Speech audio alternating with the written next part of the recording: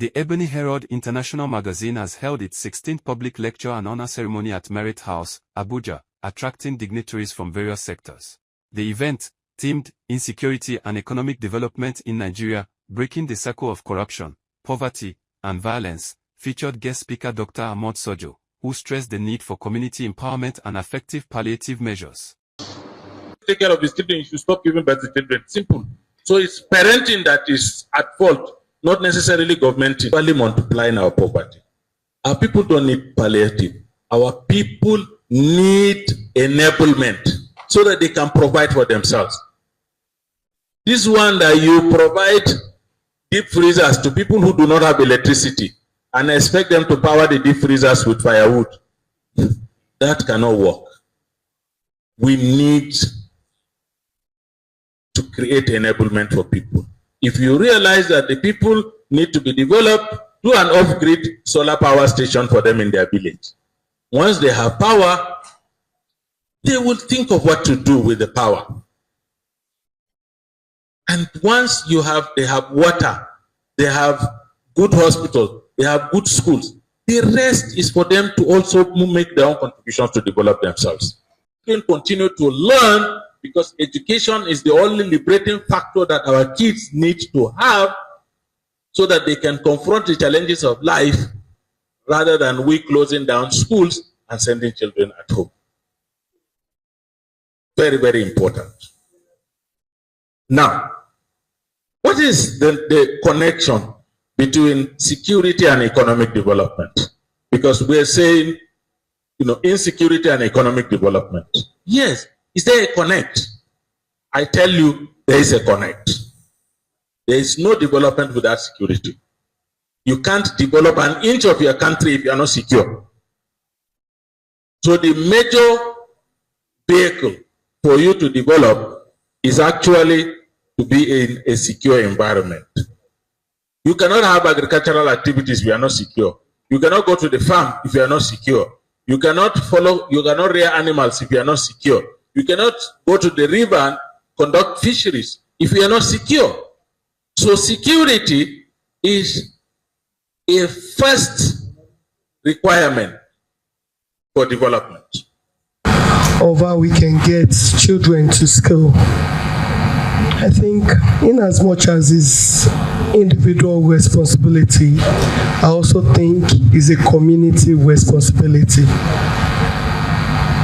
I will align with your thoughts, sir, but I will diverse a little. If you have the capacity to raise other children, don't overlook it. Don't. What do I mean?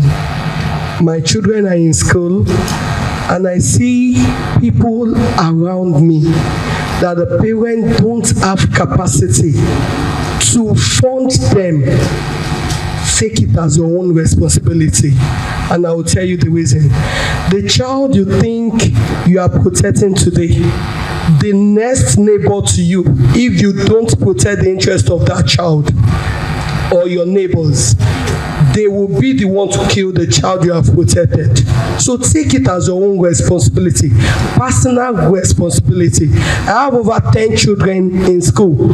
I don't know their whereabouts. I don't know their parents. I'm not interested in knowing their parents. They are in school on my account. Whether you are in public school, you are in private school, they are in school. School is school. You are in school. So, as many as you can help, go all out to help somebody. Just one person.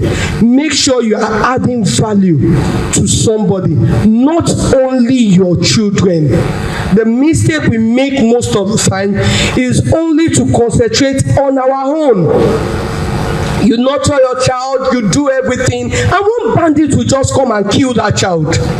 What if that bandit was next door neighbor before now, and you have trained that child? You've raised that bandit not to become a bandit. You've trained that person, maybe in handwork, maybe in school, or something else. What will have come out of it? The person won't have become what he did not plan to be. So my own advice is that in as much as you are raising your own children, raise other people's children. In my life, but I've trained over 20 children up to university level. It's not something, but you see, we have also lost community. Madam, whether you like it or not, we have lost community. Parents go to school and beat up teachers for correcting their children. And when we're growing up, neighbors could discipline you. Today, if a neighbor disciplines you, that neighbor is in trouble with their parents. We have lost the sense of community. It's the community that parenting is number one. Number two is community life. We have lost both of them. No parenting, no community life. Then how do you even correct another person's child when that person sees you as hostile when you talk to the child? I'm sorry, but we need to recalibrate our country. Thank you very much. Speaking to journalists, the publisher, Ahojila Gidido, said the awards aim to encourage citizens contributing to peace and unity across Nigeria. We want the whole nation to know that Ebony Herald is turning 16th. That is one. Then two, we want this avenue to be a way of telling the whole world that social media shouldn't be the issue of killing the main media outfits. Because initially when we started production, you produce 4,000, 3,005, you hardly see unsold of 50 copies. But these days, when you produce 3,005, you'll be surprised when the vendors are returning the unsold.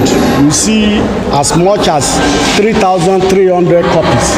Are we saying that only 200 copies are being sold? Then this thing indirectly is affecting the employment of some journalists.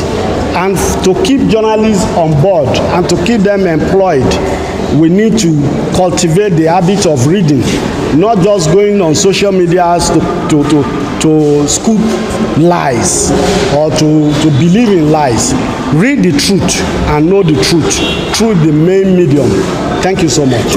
So many organizations that has much to do with reading, like Association of Say No to Falsehood, Association of True Journalism, and so many other associations that I belong to. So we believe in reading, and reading should be a serious thing. When you don't stop reading, definitely you are indirectly going old and you are collapsing your brain. So you must learn cultivate the habit of reading.